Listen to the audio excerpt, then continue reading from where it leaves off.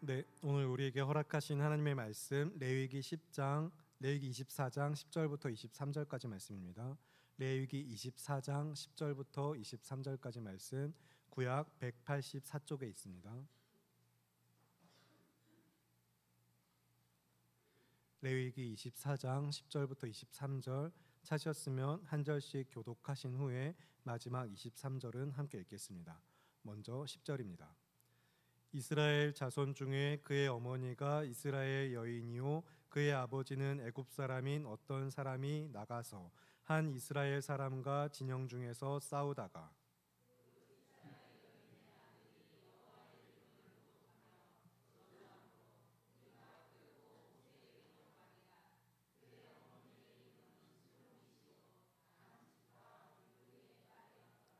그들이 그를 가두고 여호와의 명령을 기다리더니 그 저주한 사람을 진영 밖으로 끌어내어 그것을 들은 모든 사람이 그들의 손을 그의 머리에 얹게 하고 온 회중이 돌로 그를 칠지니라.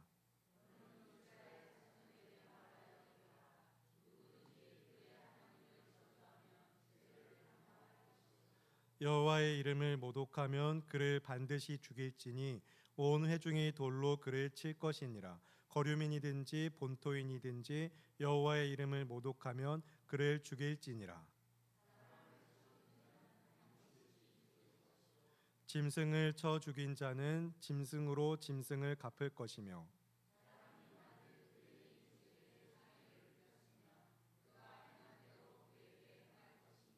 상처에는 상처로 눈에는 눈으로 이에는 이로 갚을지라. 남에게 상해를 입힌 그대로 그에게 그렇게 할 것이며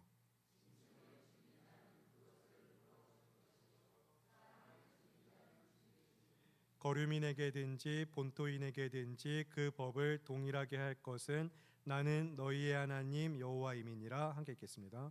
모세가 이스라엘 자손에게 말하니 그들이 그 저주한 자를 진영 밖으로 끌어내어 돌로 쳤더라. 이스라엘 자손이 여호와께서 모세에게 명령하신 대로 행하였더라. 아멘. 이 시간 레위기 연속 설교 41번째 시간 말로 훼손하는 거룩이라는 설교의 제목으로 이두선 목사님 나오셔서 설교하겠습니다.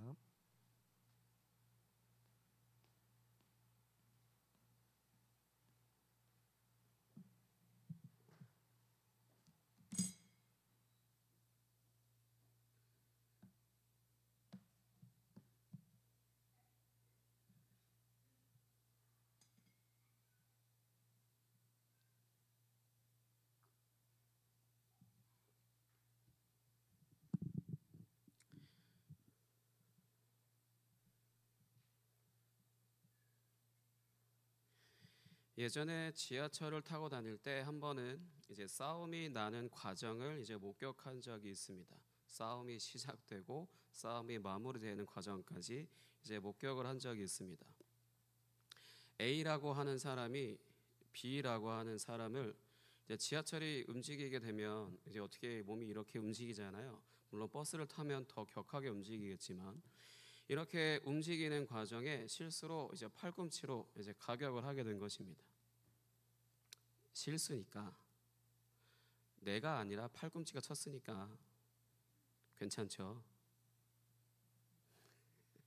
예, 이런 논리를 가지고 있었는지 별다른 이제 사과를 하지 않았고 B라는 사람은 지금 여러분들의 그 표정처럼 뭐지? 이런 표정들을 지으면서 어이가 없었는지 이제 뭐라고 말을 계속 하는 것입니다. 사실 별로 그렇게 뭐 이렇게 퍽 쳤거나 하는 그런 것도 아니고 좀 부딪힌 정도, 조금 아프기는 할 것 같은 그런 정도였었고요. 그냥 사과만 하면 끝나는 상황인데 그냥 지나가려는 A의 반응이 너무 어이가 없었는지 몇 번 이제 다그쳐서 반복해서 이제 말을 하게 되는데 이런 B의 반응에 이제 A가 보인 반응이 결국 경찰까지 이제 출동하게 만들게 되었습니다. 물론 제가 지금 너무 오래된 기억이라 경찰인지 아니면 지하철에 어떤 사람들이 있었던 것 같긴 한데 그런 사람들이었는지 헷갈리긴 하지만 어쨌든 이제 그것을 진압하기 위한 이제 사람들이 출동하게 되었습니다. A가 어떤 반응을 보였기에 이제 경찰까지 출동을 하게 된 걸까요? 칼이라도 꺼냈을까요? 당연히 그렇으면 당연히 그렇겠지만 욕설을 내뱉었습니다. 뭐 엄청난 언어를 사용한 것도 아니고 그냥 일상적으로 우리가 흔히 사용할 법한 그런 욕설 한마디를 이제 내뱉은 것입니다. 문제는 팔꿈치로 맞았는데 내가 친 게 아니라 팔꿈치가 쳤다라는 식으로 넘어가려고 하는 그런 어이없는 그런 거에 있어서 사과도 이제 받지도 못했던 그 B가 이제는 욕설까지 들으니까 이제 그냥 더 이상 넘어갈 수가 없었던 거죠. 그래서 이제 언성이 조금씩 높아지기 시작하면서 이제 티격태격 뭐 이렇게 높아지기 시작하고 티격태격 하면서 가벼운 몸싸움으로까지 번지고 이제 주변에 이제 사람이 많아서 더 큰 싸움으로는 이제 번지지 않았지만 계속되는 신랑이 계속 뭐라고 하고 있고 또 뭐 그런 식으로 하고 있는 거에 계속 감정이 격해져서 내뱉는 말들을 이제 그 둘이만 듣고 있는 게 아니잖아요. 저도 들었으니까 기억을 하고 있는 것처럼. 누군가 이제 하도 짜증나니까 이제 승객들 중에 한 명이 신고를 해서 이제 결국 둘 다 연행되었습니다. 이 장면을 목격한 것도 정말 오래된 얘기인데 저도 아마 10년은 넘었던 것 같은데요. 그렇게 오래된 이야기지만 이제 지금도 가끔씩 그 장면이 이제 생각이 난 건 진짜 참 별거 아니죠. 지금 들어보니까 참 별거 아닌 거를 기억하고 있다 이렇게 얘기하실 수도 있는데 진짜 별거 아니지만 그 욕을 하면 무조건 진다라는 것을 이제 이 사건을 통하여서 이제 무조건 이제 지고 무조건 이제 큰일을 치르게 된다 뭐 이런 것들을 이제 그때 깨달은 날이었습니다. 그러니까 사과 한마디면 끝날 것인데 그 사과 한마디가 아니라 욕설 한마디 내뱉은 것이 이제 가져오는 파괴력이 그러니까 새삼 굉장히 실감났던 그런 장면이었습니다. 제가 왜 쓸데없이 이런 얘기를 하냐, 오늘 말씀은 이와 같이 모독과 관련한 이제 내용이라서 이제 제가 또 이것이 생각나서 말씀을 드렸습니다. 이제 오늘 말씀으로 이제 지하철에서 나와서 이제 오늘 말씀으로 이제 들어가 보도록 하겠습니다. 어느 날 이스라엘 진영 안에서 이제 싸움이 벌어졌는데 이스라엘 사람, 말 그대로 이스라엘 사람과 혼혈 이스라엘 사람 사이에 이제 내용까지는 알 수 없지만 이제 싸움이 벌어졌습니다. 혼혈이었던 사람이 이제 말을 하던 중에 여호와의 이름을 이제 거론하면서 저주하는 말을 해서 이제 싸움을 하다가 그 싸움이 중지가 되고 이제 그 사람을 여호와의 이름을 거론하면서 저주했던 사람을 이제 모세에게로 끌고 가는 일이 벌어졌습니다. 이렇게 모세에게로 끌고 간 이유는 이제 이런 것에 대해서 어떻게 이제 처리를 할 것인가 그것에 대해서 율법에 기록된 것이 그동안 율법에 기록된 것이 없었기 때문입니다. 그래서 무리는 이 사람을 모세에게로 끌고 왔고 그를 그곳에 구금하였습니다. 범죄를 저질렀으나 아직 어떤 형벌에 처해질지 이제 결정이 안 난 상태, 알지 못하는 상황에 구치소나 이제 교도소에 가두는 것을 이제 구금한다라고 하는데 지금 여호와를 저주한 사람이 이제 이렇게 구금된 상태입니다. 이제 이렇게 구금된 사람이 기다릴 것은 여호와 하나님께서 나를 어떻게 죽이시나, 이제 여호와 하나님께서 모세에게 어떤 판결을 내리실지, 그래서 어떤 형벌에 처해지게 되는지와 같은 것입니다. 그 판결이 이제 오늘 본문 14절에 기록되어 있는데 이런 판결을 선포하는 것을 우리가 이제 재판을 중계할 때 볼 때 자주 보시죠. 주문이라고 합니다. 판결을 선고할 때요. 함께 14절을 읽으심으로 이제 여호와의 이름을 저주하는 말을 한 범죄자에 대한 선고를 함께 하시도록 하겠습니다. 본문 14절입니다. 같이 읽겠습니다. 시작. 그 저주한 사람을 진영 밖으로 끌어내어 그것을 들은 모든 사람이 그들의 손을 그의 머리에 얹게 하고 온 회중이 돌로 그를 칠지니라. 아멘. 지금 여러분들 자신에게 선고하신 것입니다. 이 여호와 하나님은 이 사람을 이제 돌로 치라라고 이제 명령을 하셨죠. 전에도 말씀드린 것이지만 돌로 친다라고 하는 것은 공동체의 질서를 심각하게 훼손한 사람들을 처형하는 방식을 이제 말하는 것입니다. 여호와의 이름을 저주한다라고 하는 것이 공동체의 질서를 심각하게 이제 훼손하는 것이기 때문에 이런 처분이 이제 내려진 것입니다. 실제로 실제로 이스라엘 사람들은 우리는 여호와라고 발음하고 있는 이 하나님의 이름, 이 이름을 자신의 입 밖으로 절대로 발음하지 않습니다. 여호와 이름을 입으로 발음하는 것, 그래서 저는 지금 굉장히 유대인들이 보면 진짜 난리가 나는 그런 상황인 건데, 여호와의 이름을 이제 입 밖으로 발음한다는 것 자체를 이제 불경하게 생각하기 때문에 이제 이들은 여호와의 이름을 절대로 입 밖으로 내뱉는 이런 발음을 하지 않습니다. 그래서 이것을 대체하여서 주님 또는 그 이름이라고 이제 발음을 합니다. 이렇게 이제 여호와의 이름을 귀중하게 생각하는 사람들인데, 굉장히 거룩하게 생각하는 사람들인데, 여호와를 저주했다라고 했다라면은 이제 당연히 돌로 치는 그런 결정이 내려지는 것은 이제 당연하겠죠. 그래서 이 사람을 이제 또 처형하는 장소로는 이제 이스라엘 진영 밖에서 이제 행해지도록 되어 있습니다. 그 이유는 이제 사람의 사체라고 하는 것이 이스라엘 사람들을 부정하게 만들기 때문에 이미 정결 규정에서 다 확인하셨죠. 사체라고 하는 것이 이스라엘의 땅, 그 이스라엘 사람들을 부정하게 하기 때문에 이것을 피하기 위해서 이제 진영 밖에서 이제 처형하게 되는 것도 있고, 또 한편으로는 이스라엘이라고 하는 공동체에서 이 사람이 완전히 분리된 죽음을 이제 당하는 것이다라는 것을 의미하기 위해서이기도 합니다. 이 사람을 처형하는 방식이 좀 더 특이하고 더 충격적인데요.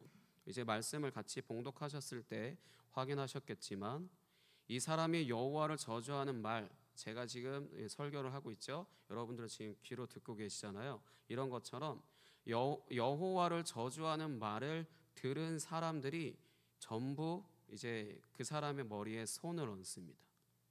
우리가 흔히 속된 말로 이 말을 안 들은 귀 삽니다, 뭐 이런 표현 쓰잖아요. 그것처럼 이제 이 저주의 말을 들은 것을 오염된 것으로 이제 여기기 때문에 이 말을 내뱉은 사람에게 이 말을 들은 사람이 전부 다 그 사람 머리 위에 손을 얹습니다. 손을 얹어서 지금 내가 오염된 거 다시 가져가라는 식으로 그렇게 다시 돌려주는 것이기도 하고요. 또 한편으로 이 말에 당신이 지은 말에 대한 책임을 당신이 지라, 이런 것도 있습니다. 이것은 이제 나중에 신명기에 더 이제 구체적으로 이제 기록이 됩니다. 이렇게 이제 그 말을 들은 사람들이 그 사람에게 이제 손을 얹은 다음에는 그 말을 들은 사람들만이 아니라 온 회중, 그곳에 있던 온 회중이 전부 돌을 하나씩 들고 와서 그 사람을 돌로 쳐서 죽입니다. 이것이 우리에게는 이제 너무나도 잔인한 모습이고 너무나도 무서운 모습이지만요, 이런 죄의 책임은 어느 한 사람에게 있는 게 아니고 이스라엘 전체에게 있다라는 것입니다. 그런 것을 이제 의미하는 것입니다. 이 죄가, 그러니까 여호와를 저주하는 이 죄가 공동체의 질서를 훼손하는 이제 죄에 해당하기 때문입니다. 지금 이 죄를 지은 사람이 이제 어머니는 이스라엘 사람이지만 아버지는 애굽 사람이라고 기록되어 있습니다. 그러니까 이스라엘 사람이라고 하기는 어렵죠. 그렇지만 아마도 이제 이스라엘 진영 안에서 이제 살고는 있었을 거예요. 어머니가 이스라엘 사람이기 때문에. 근데 이 사람이 무엇 때문에 여호와의 이름을 저주했을까요? 무엇 때문에 여호와의 이름을 이제 저주하게 되는 그런 말을 했을까요? 어떤 한 가지로 이제 특정할 수가 없는 게 이 본문에서는 확인하는 것이 너무 어려운데요. 말로써 여호와를 저주하는 말을 직접적으로 했을 수도 있고, 그 외에 다양하게 이 저주라고 했다라는 것이 굉장히 많이 있는데, 아마도 제가 이제 서두에 제가 지하철에서 어느 사람들이 실랑이가 되고 욕설을 내뱉어서 모욕 이런 것들을 준 것처럼 아마도 별 사소한 어떤 문제가 살짝 있었던 것을 대화를 이제 하게 되고 했을 텐데 대화가 통하지 않으니까 서로 감정이 격해져서 어떤 말들이 또 오가게 되고 그러다 보니 이제 혼혈 이스라엘 사람은 여호와의 이름을 내뱉고 저주하는 말을 입 밖으로 내뱉었던 것이죠. 그러니까 그런 부분에 있어서 이제 그렇게 그런 감정이 격해져서 나온 말이지 않을까 싶습니다. 왜냐하면 우리도 누군가 이제 신랑을 하다가 대화를 할 때 감정이 확 올라오게 되면 어떤 말을 툭 내뱉잖아요. 근데 그러고 나서 마음에 없는 말을 했다라고 이야기는 하긴 하지만 그 말이 이미 마음에 담겨 있기 때문에 그게 감정이 올라왔을 때 그 말이 이제 입 밖으로 튀어나가는 거잖아요. 그런 것처럼 어쨌든 내 입 밖으로 무슨 말이 나갔든지 간에 그 말에 대한 책임을 이제 반드시 져야 된다는 것인데 여호와를 저주했다라고 하는 것에 있어서 온 회중이 돌로 쳐서 죽일 정도로 굉장히 심각한 죄를 짓게 된 것이죠. 여호와를 저주했다라고 하는 것, 그것에 대한 범위가 이제 우리가 흔히 생각하는 이제 사실 이 정도로 끝나는 것은 아닙니다. 이제 그것을 이제 계속해서 말씀을 확인해 보게 될 텐데 이제 이어서 여호와 하나님께서는 15절과 16절에서 앞서 여호와의 이름을 저주한 사람의 죄에 대해서 이제 선고하신 것을 명분으로 이스라엘 자손에게 이제 이 죄에 대해서 가르치라라고 이제 모세에게 말씀하시는 내용이 기록되어 있습니다. 15절과 16절 같이 읽겠습니다. 본문 15절과 16절입니다. 본문 15절 16절 같이 읽겠습니다. 시작. 너는 이스라엘 자손에게 말하여 이르라. 누구든지 그의 하나님을 저주하면 죄를 담당할 것이요 여호와의 이름을 모독하면 그를 반드시 죽일지니 온 회중이 돌로 그를 칠 것이니라. 거류민이든지 본토인이든지 여호와의 이름을 모독하면 그를 죽일지니라. 아멘. 하나님을 저주하는 사람은 그 누구든지 그 벌을 면제받지 못하고 여호와의 이름을 모독하면 이제 이스라엘 사람이든 아니면 이방 사람이든 반드시 돌로 쳐서 이제 죽이라고 이제 명령을 하십니다. 여기서 이제 저주하다 그리고 모독하다라는 말의 의미가 무엇인지 중요할 것 같은데 저주하다라는 말의 의미는 이제 멸시하다와 이제 가볍게 여기다가 있고요. 모독하다라고 하는 것은 이제 찌르다 말 그대로 공격하다라는 뜻이고 그러니까 찌르다와 이제 신성 모독하다라는 의미가 있습니다.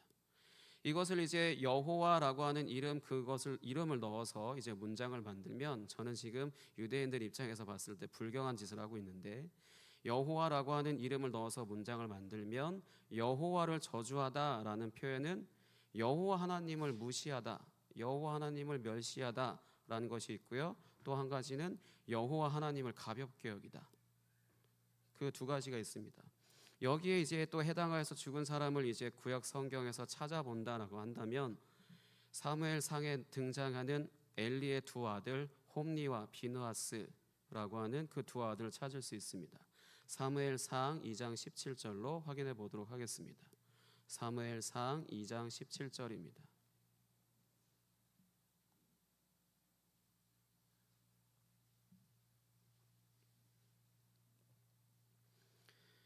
사무엘상 2장 17절입니다. 같이 읽겠습니다. 시작. 이 소년들의 죄가 여호와 앞에 심히 크면 그들이 여호와의 제사를 멸시함이었더라. 아멘. 이 홈리와 비느하스 이 둘의 이제 죄는 여호와께 드려야 하는 제물들, 그 제물들을 이제 반드시 이제 여호와께 드리고 난 후에 이제 제사장들이 먹든지 어떻게 하든지 해야 되는데 그것을 이제 하기 전에 이제 자신들이 먼저 먹는 거, 좋은 부위는 이 좋은 부위에 대한 것들을 이제 여호와께 드려야 되는데 그런 것들을 이제 자신들이 먼저 먹는 그런 죄를 지었는데 이것은 여호와께서 제정하신 제사의 방식을 이제 멸시하는 거잖아요. 이 여호와께서 제정하신 그 제사를 멸시하는 것이기 때문에 여호와를 저주하는 것이 이제 됩니다. 여호와를 저주하는 것에 이제 해당된다라고 할 수 있습니다. 이런 식으로 여호와께 죄를 짓고 이제 이 죄에 대한 형벌, 이 둘의 형벌은 어떻게 이루어졌냐면 이 둘이 이제 한날에 죽임을 당하는 것으로 이제 형이 집행되는데 이것이 블레셋과의 전투에서 이제 언약궤까지 가지고 나갔음에도 불구하고 이제 전쟁에서 패배하였고, 이 둘은 그날 그 자리에서 죽게 되고요. 심지어 언약궤까지 빼앗기는 것으로 이제 이루어지게 됩니다. 그러니까 언약궤까지 빼앗길 정도로 블레셋에게 패배할 것은 바로 이 엘리와 엘리의 두 제사장, 이들이 패역한 죄를 진 것이 결정적인 비중을 차지하는 것도 있었기 때문에 결국은 이 두 사람이 제사를 멸시하고 여호와를 멸시하는 것이 얼마나 큰 파괴력을 가지고 온 것인지, 자신의 공동체를 파괴한 것인지를 볼 수 있는 것이죠. 여기서 근데 또 한 가지를 살펴본다면, 이스라엘이 이제 블레셋과의 전쟁에서 패배하게 되고 또 이제 밀리는 상황이 발생을 하게 되자, 이스라엘 사람들은 언약궤를 가지고 와서 여호와 하나님이 우리를 구원하시게 하자라는 이런 말들을 합니다. 사무엘상 4장 3절로 확인해 보도록 하겠습니다. 사무엘상 4장 3절입니다. 사무엘상 4장 3절 같이 읽겠습니다. 시작. 백성이 진영으로 돌아오매 이스라엘 장로들이 이르되 여호와께서 어찌하여 우리에게 오늘 블레셋 사람들을 앞에 패하게 하셨는고, 여호와의 언약궤를 실로에서 우리에게로 가져다가 우리 중에 있게 하여 그것으로 우리를 우리 원수들의 손에서 구원하게 하자 하니. 아멘. 전쟁에 능하신 여호와께서 이제 우리를 구원하시도록 하자라는 그런 말입니다. 굉장히 신앙적이고 믿음 있는 말 같잖아요. 전쟁에 능하신 여호와를 이제 우리 이 전쟁에 이제 오게 하셔서 우리를 위해서 싸워 주시고 이기게 하시게 하자, 이런 말인데, 여호와 하나님을 자신들이 소유한 강력한 무기처럼 생각하고 자신들을 위해서 싸워서 자신들을 구원하게 하자라는 말입니다. 사냥개 취급하는 거죠. 여호와를 사냥개 취급하는 것입니다. 이 말씀의 뜻은요, 이러한 것에 여호와께서 응하실 리가 없고, 사실 애초에 이미 타락할 대로 타락한 이스라엘을 치시기 위해서 블레셋을 이제 사용하신 것이나 마찬가지였기 때문에 그래서 전쟁에 패한 것이고요. 언약궤까지 가져와 버렸으니 언약궤까지 빼앗기게 한 것입니다. 여호와의 제사를 멸시하여서 가볍게 여긴 홈리와 비느하스도 이날 죽었습니다. 그러니까 이때 비느하스의 아내가 이제 아이를 임신한 상태였는데, 비느하스의 아내가 이제 아이를 낳죠. 이가봇, 영광이 이스라엘을 떠났다. 오늘 말로 치면 하나님이 우리를 떠나셨다.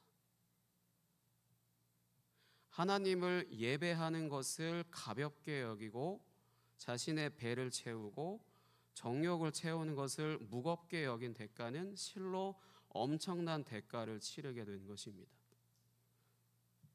여러분들의 예배는 어떻습니까?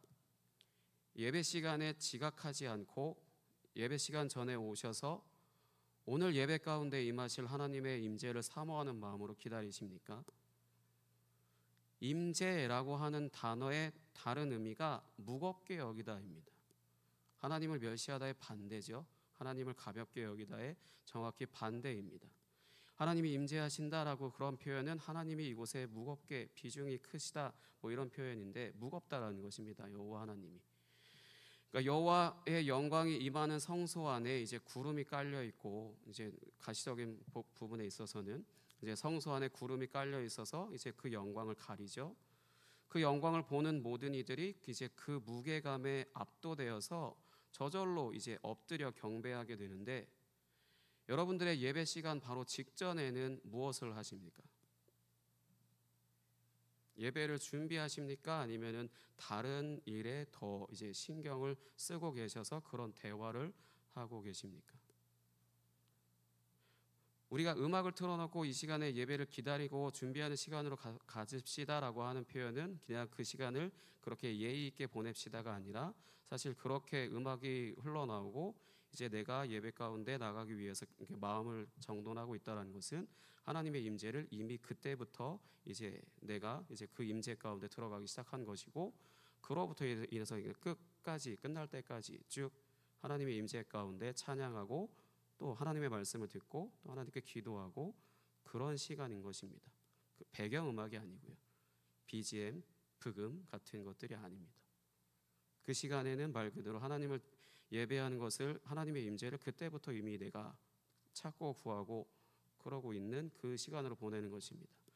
이렇게 시작해서 이제 하나님을 찬양 시간 가운데 하나님을 높여드리고 그리고 말씀 시간 가운데 하나님의 말씀을 경청하시고 그리고 기도 시간 가운데 하나님께 여러분의 삶을 맡기셔서 온전히 예배하십니까? 그리고 삶의 자리로 돌아가셔서 이제 들은 말씀을 통하여서 그 하나님께 신실하시기 위해서 하나님의 정의와 공의를 실천하심으로 모여서 예배하는 것과 삶의 예배가 일치한 삶을 사십니까? 그렇다라면은 하나님을 무겁게 여기고 있다라고 할 수 있지만 만약 그렇지 않다라면은 죄송합니다만 하나님을 가볍게 여기시고 계실 수도 있습니다. 다음으로 이제 여호와의 이름을 모독하는 것에 대해서 이제 문장을 만들어 보도록 하겠습니다. 여호와를 믿지 말고 내 힘을 믿어라라는 이제 그 문구로 이제 또 만들 수도 있는데 전도를 하다 보면 가끔씩 이렇게 말씀하시는 분들이 있다고 하죠. 하나님을 믿느니 내 주먹을 믿어라. 하나님을 믿으니 내 주먹을 믿어라. 이것과 관련된 말씀 또 찾아보도록 하겠습니다. 열왕기하 18장 35절입니다.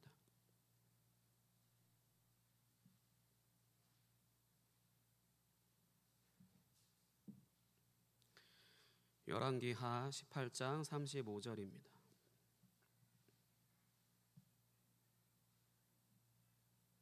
같이 읽겠습니다. 시작. 민족의 모든 신들 중에 누가 그의 땅을 내 손에서 건졌기에 여호와가 예루살렘을 내 손에서 건지겠느냐 하셨느니라. 아멘. 사네립이라고 하는 사람이 이제 당시 강대국이었던 이제 아수르, 실제 역사로는 아시리아라고 하는 그 왕국의 그 이제 아수르의 왕인데 랍사게라고 하는 자신의 신하를 이제 보내서 예루살렘을 포위한 상태에서 이제 내뱉은 말로 그 어떤 신도 나의 손에서 나라를 구한 적이 없는데 여호와도 마찬가지지 않겠어? 뭐 이렇게 이야기하는 것입니다. 왠지 저 집에 돌아가다가 하나님께 날벼락 맞을 것 같긴 한데요. 어쨌든 그냥 이렇게 내 주먹보다 여호와가 더 약해 이런 표현입니다. 이 말은 이제 사네립의 자신감에서 이제 비롯된 말이죠. 그동안의 전쟁에서 계속해서 이겨왔고 승리해왔으니까. 그러니까 사네립의 자신감에서 비롯된 말이지만 그 의미는 이제 여호와라는 신은 자신보다 능력이 없다라는 것입니다. 여호와의 이름을 모독하는 것은 이렇게 여호와의 능력을 평가절하하는 것을 이제 말하는 것도 있습니다. 그러면 이제 이런 말을 내뱉은 사네립은 어떻게 되었을까요? 말씀으로 확인해 보도록 하겠습니다. 열왕기하 19장 35절입니다. 34절부터 37절입니다. 열왕기하 19장 34절에서 37절. 여호와를 믿느니 내 주먹을 믿으라라고 이제 이야기했던 사네립이 어떻게 되었을까요? 열왕기하 19장 34절에서 37절 같이 읽겠습니다. 시작. 내가 나와 나의 종 다윗을 위하여 이 성을 보호하여 구원하리라 하셨나이다 하였더라. 이 밤에 여호와의 사자가 나와서 아수르 진영에서 군사 18만 5천 명을 친지라. 아침에 일찍이 일어나 보니 다 송장이 되었더라. 아수르 왕 사네립이 떠나 돌아가서 니느웨에 거주하더니 그가 그의 신 니스록의 신전에서 경배할 때에 아드람멜렉과 사레셀이 그를 칼로 쳐 죽이고 아라랏 땅으로 그들이 도망하매 그 아들 에살핫돈이 대신하여 왕이 되니라. 아멘. 이 사네립의 말, 여호와를 이제 평가절하하는 그 사네립의 말을 이제 들으신 여호와께서 이사야를 이제 히스기야에게 보내셔서 이제 내가 너희를 구원할 것이다라고 이렇게 구원을 말씀하시고 난 후에 그 밤에 여호와의 사자가 이제 아수르 사람 18만 5천 명, 그 군대가 18만 그러니까 막대한 몇십만 명인데 18만 5천 명이나 되는 사람이 한날 그 밤에 이제 다 송장이 되어 있었다는 겁니다. 이때 사네립은 죽지 않고 살아서 돌아갔어요. 니느웨로 살아서 이제 돌아는 갔습니다. 그러고 난 다음에 아드람멜렉과 사레셀이 이제 이 사네립을 죽였다라고 하는데, 어느 신학자는 아들이다, 어느 신학자는 부하다 이렇게 이야기하는데, 어쨌든 이제 자신의 가장 가까운 사람에게 죽임을 당합니다. 그 어떤 신보다도 자신이 더 강하다라고 이제 하는, 여호와보다 내가 더 강하다라고 하는 그 자신감이 정작 자신을 보호해 주지는 않았던 것입니다. 자신이 섬기는 신에게 경배할 때 자신의 이제 두 아들에게 죽임을 당하는 이제 참극이 벌어지게 된 것입니다. 여러분들은 어떠십니까? 여러분들의 태생, 성별, 경험, 지식, 능력, 배경과 같은 것을 의지하는 일종의 자신감 같은 것들이 있으십니까?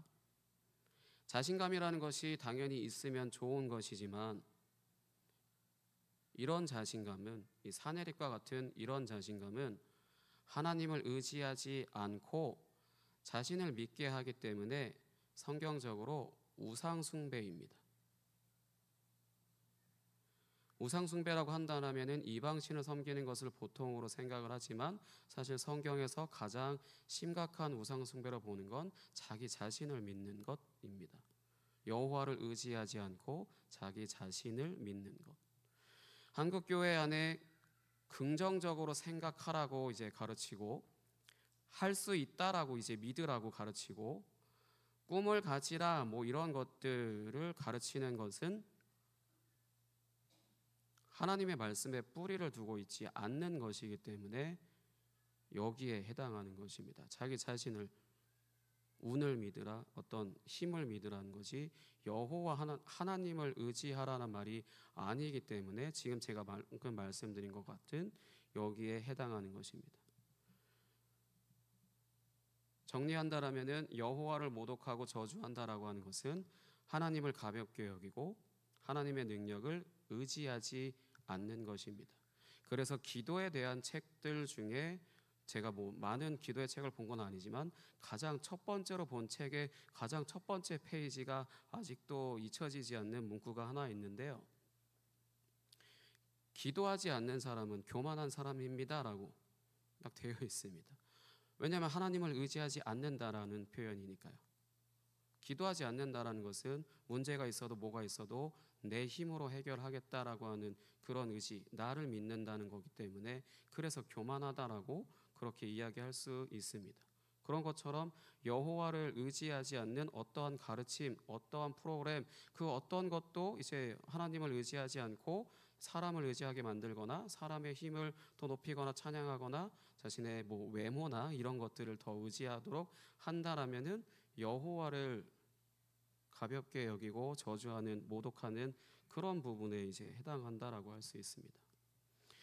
그럼 이제 다시 본문으로 돌아와서 17절부터 22절까지는 이제 이전에 출애굽기 21장에서 이제 누군가를 폭행하는 것과 관련한 이제 법의 내용을 기록해 놓아서 이제 앞서 여호와의 이름을 저주하는 것으로 이제 사람을 살인하여서 받는 대가인 이제 죽음을 당하는 것과 연결하여서 여호와를 저주한 사람이 혼혈이 잃은 것을 이제 명분으로 이스라엘 백성과 이방인에게 이 법을 동일하게 이제 적용하라는 것과 마찬가지로 사람과의 관계 안에서 발생하는 폭행으로 인하여 발생하는 상해를 딱 그만큼만 이제 치르게 하라고 말씀하시는 내용이 이제 기록되어 있습니다.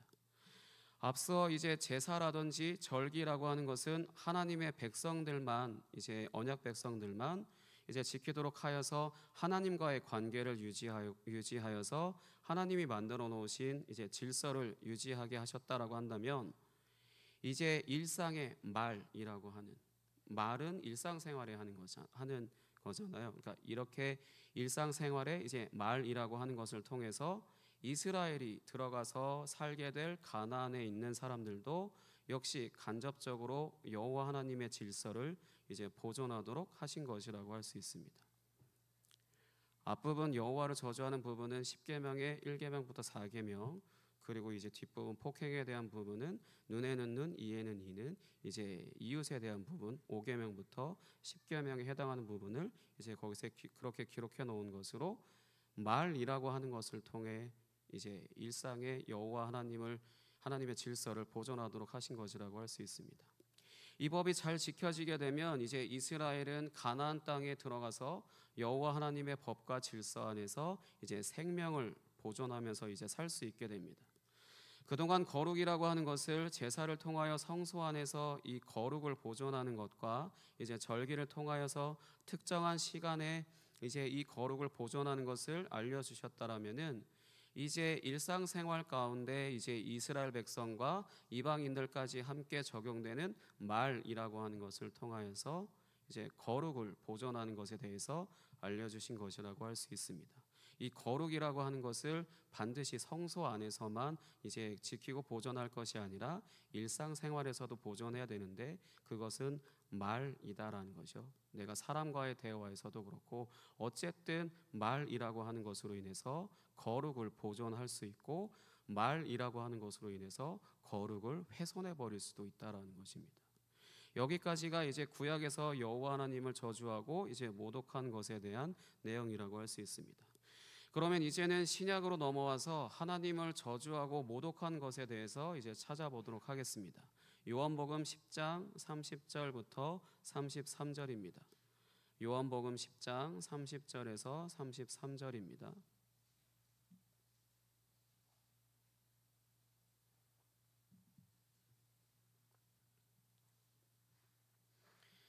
요한복음 10장 30절에서 33절 같이 읽겠습니다. 시작.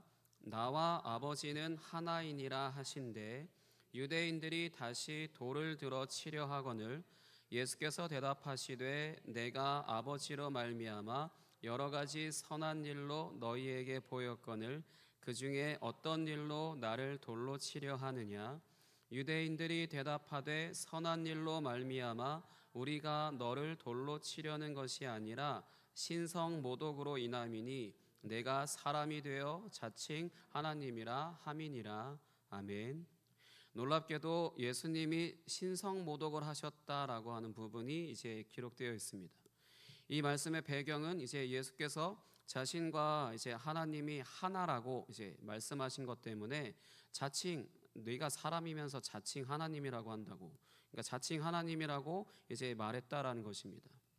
이외에 예수님은 또 이제 여러 번 이제 신성 모독 소리를 들으시게 되는데 중풍병자의 이제 죄를 사하실 때, 중풍병자를 고치실 때 네 죄 사함을 받았느니라라고 말씀하시는 것에 신성 모독 소리를 들으셨고, 그리고 이제 또 가야바 앞에서 자신을 인자라고 표현하여서 신성 모독 소리를 들으시고는 이제 십자가 형벌과 이제 굉장히 가까워지게 됩니다. 문자적으로 봤을 때 유대인들이 예수님을 돌로 치려고 한 것은 우리가 봤을 때는 말 그대로 이들이 쓸데없는 짓을 하는 것이지만, 문자적으로 봤을 때 유대인들이 예수님을 돌로 치려고 한 것은 자신들의 율법에 이제 의거하여서 옳은 결정이라고 할 수 있습니다. 이들은 자신의 율법을 근거로 이렇게 한 것이라고 할 수 있습니다. 하지만 이 모든 과정에 유대인들의 영적인 눈은 감겨져 있었고 마음은 닫혀 있어서 예수님이 하나님이 보내신 자, 하나님의 아들이신지 하나님이 보내신 자인지 이제 전혀 알 리가 없었고요. 예수님의 표적을 보고서도 이제 믿지를 못합니다. 영적인 눈이 감겨 있고 이제 귀가 닫혀 있고 마음이 닫혀 있기 때문이에요. 이렇게 된 것은 이제 구약 성경을 근거로 말씀드린다면은 하나님께서 이들을 심판하시기 위해서 돌이키지 못하게 하신 것입니다. 그러니 하나님의 아들이 직접 내 눈앞에 나타나셨고 하나님 아버지의 뜻을 말씀하시고 하나님 나라를 나타내시고 여러 가지를 다 하셨어도, 모든 걸 다 하셨어도 신성 모독이라고밖에는 보이지 않는 것이죠. 하지만 이것은 구약의 여호와 하나님께서 이제 이들을 심판하시기 위해 돌이키지 못하게 하신 그 부분이라고 할 수 있습니다. 이처럼 하나님의 구원으로부터 멀어져 있는 사람은 하나님의 행하시는 일들을 보고도 듣고도 믿지 못하게 되는데, 이러한 사람들이 짓는 죄를 이제 신약에서는 성령을 모독하는 죄라고 부릅니다. 성령을 모독하는 죄라고 부릅니다. 마가복음 3장 28절 29절입니다. 마가복음 3장 28절 29절입니다.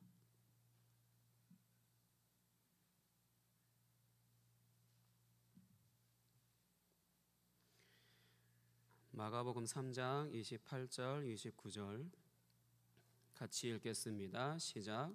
내가 진실로 너희에게 이르노니 사람의 모든 죄와 모든 모독하는 일은 사하심을 얻되 누구든지 성령을 모독하는 자는 영원히 사하심을 얻지 못하고 영원한 죄가 되느니라 하시니. 아멘. 이 성령을 모독하는 것에 대한 부분, 이것을 이제 어떤 배경으로 나온 말씀이냐면, 예수님께서 행하시는 표적들, 그 행하시는 그 표적들이 이제 바리새인들이 뭐라고 말했냐면 바알세불의 힘을 빌려서 사용한 것이다. 바알세불의 귀신의 왕을 의지해서 지금 이제 귀신을 쫓아내는 것이고 이렇게 질병을 치유하는 것이다라는 식으로 이제 말한 그것에 대해서 말씀하시는 것입니다.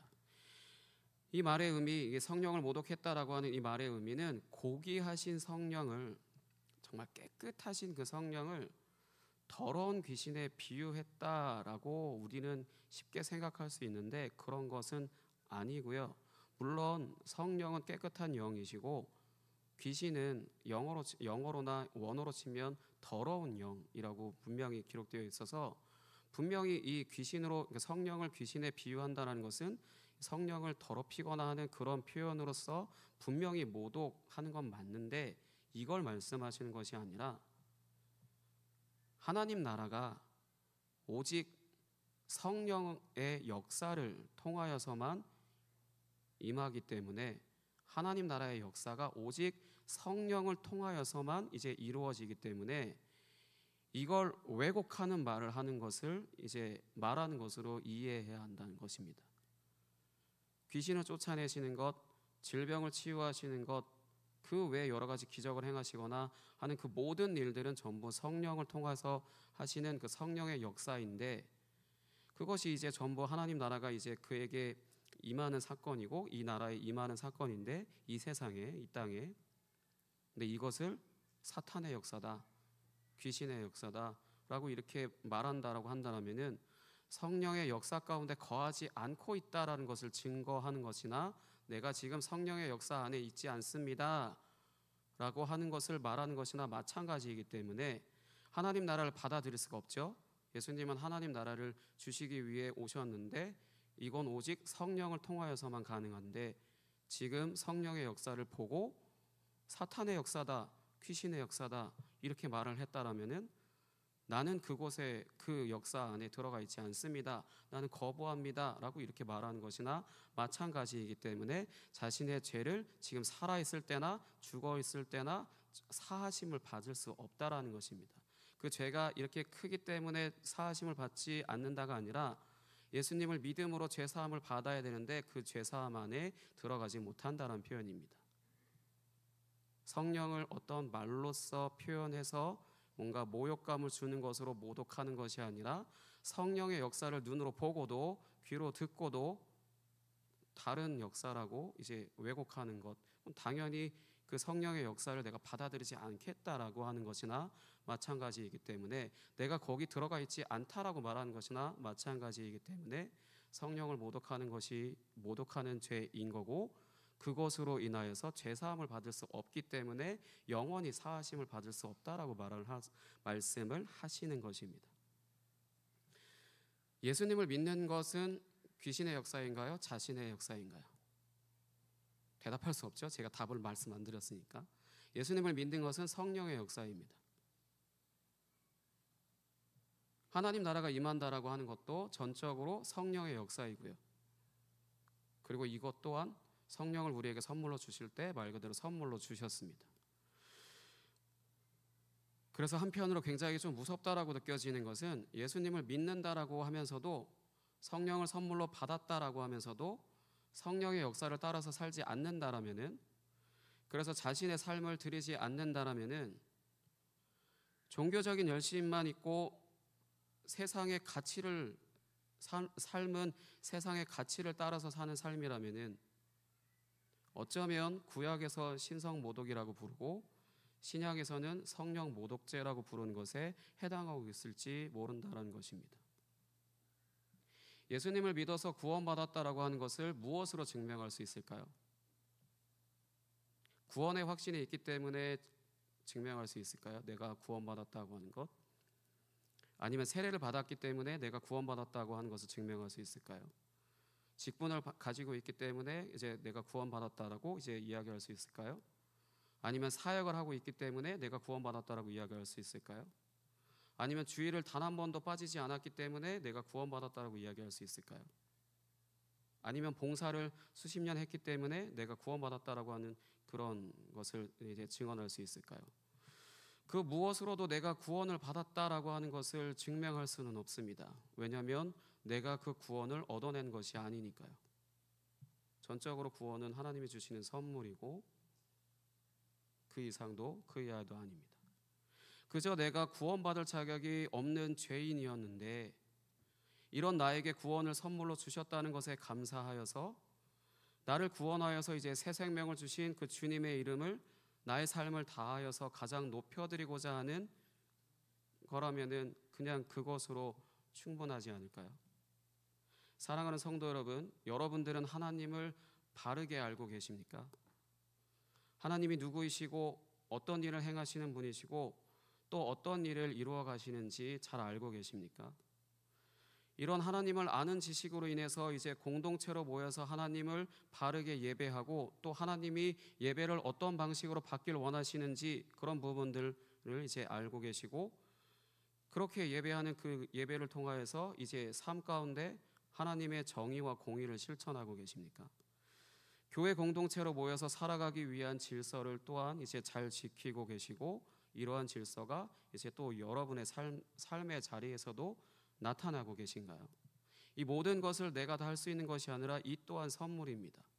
그러니 나의 삶에 이러한 것이 잘 나타나고 있는지를 날마다 예배 가운데 확인할 수 있어야 되고 확인하면서 계속해서 감사로 더 주님께 더 나아가게 되고 아니라고 한다라면 그것을 보고 화들짝 놀란 자기 자신을 보고 이제 다시 주님을 예배하는 것에 있어서 바르게 주님을 예배할 수 있도록 또 하나님을 바르게 알아갈 수 있도록 나의 삶에 이제 예배한 것과 같이 일치하는 그런 삶을 살 수 있도록 거기에 이제 시선을 두어야 하지 않을까요? 이 시간에 함께 같이 찬양하고 기도하도록 하겠습니다. 내 모든 것 나의 생명까지 다 주님 앞에 드립니다.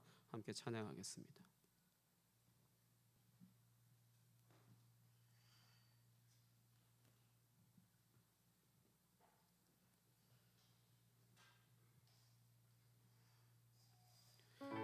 내가 날마다 주님의 임재만을 갈망하고 나의 모든 것을 주님께 다 드림으로 나의 삶을 다해 주님의 그 이름을 높이며 살아가는 그런 삶을 소망하는 그 마음을 담아 함께 찬양하도록 하겠습니다.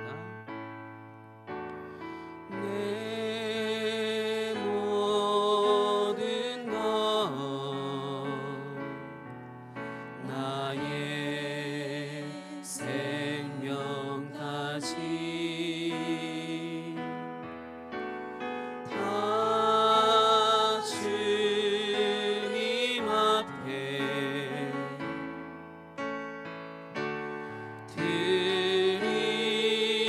드립니다.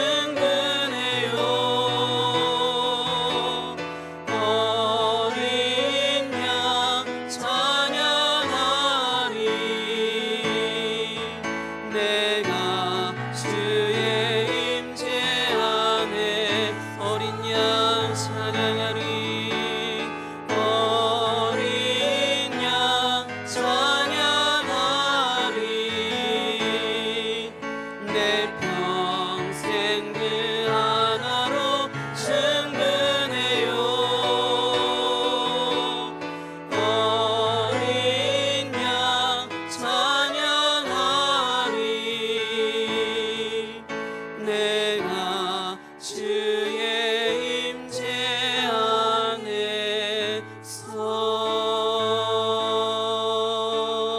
안에서 이 시간 함께 같이 기도했으면 좋겠습니다. 예수 그리스도를 믿음으로만 구원받습니다. 어떠한 행함을 하기 때문에 구원받는 것이 아니라 구원은 하나님이 주시는 선물입니다. 그러나 사람의 심리상 선물이니까 내가 아무런 대가를 치르지 않았으니까 그것에 대하여서 가치를 모르고 그냥 받았구나라고 생각하면서 살아가는 것이 타락한 인간의 본성입니다.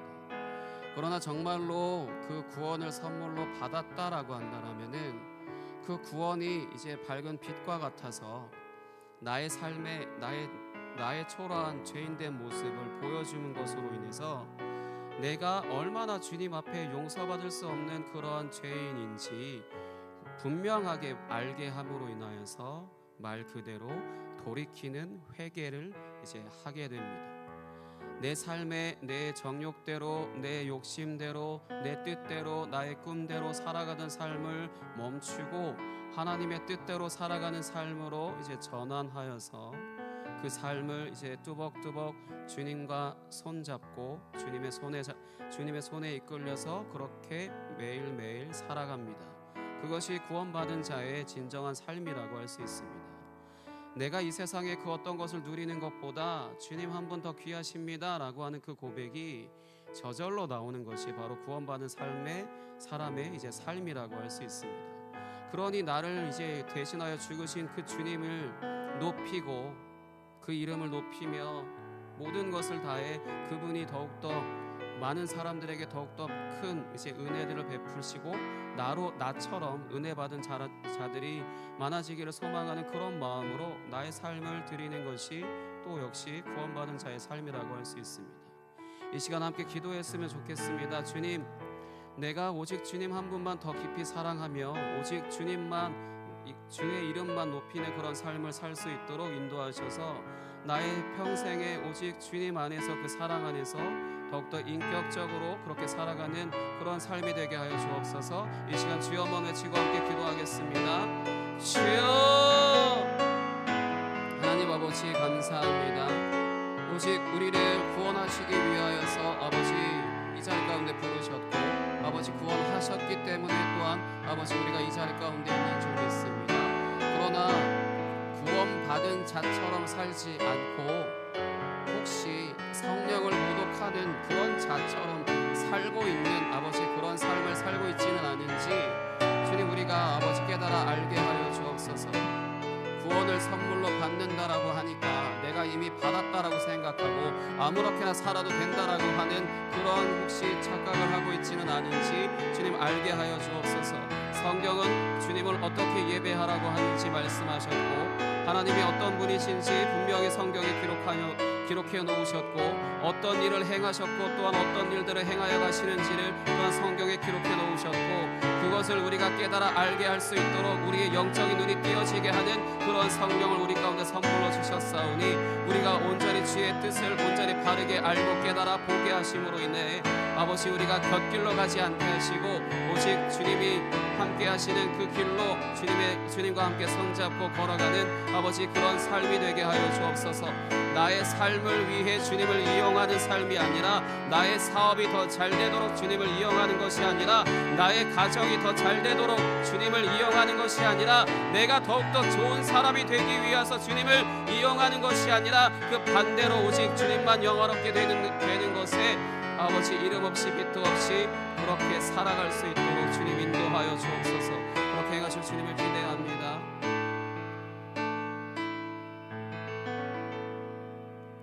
하나님 아버지 감사합니다. 구약의 여호와 하나님의 이름을 저주하는 죄로 인하여서 아버지 공동체 가운데서 아버지 죽임을 당하는 그런 일들은 더 이상 우리 안에 아버지 시행되어지는 것이 아니지만 예수 그리스도께서 우리를 대신하여 또한 신성 모독죄를 다 뒤집어 쓰시고 죽으심으로 인하여서 우리가 비록 실수로 주님을 모독하고 모욕하는 삶을 살 수 있다고 하더라도 아버지 그것이 용납되어진다 하더라도 주님이 그것을 별 생각 없이 받으신다 하더라도 우리가 정말로 구원받아서 거듭났다라고 한다면은 우리가 성경에 기록된 대로 주님을 바르게 알게 하시고 바르게 예배하게 하시고 또한 바르게 살아갈 수 있도록 주님 인도하여 주옵소서.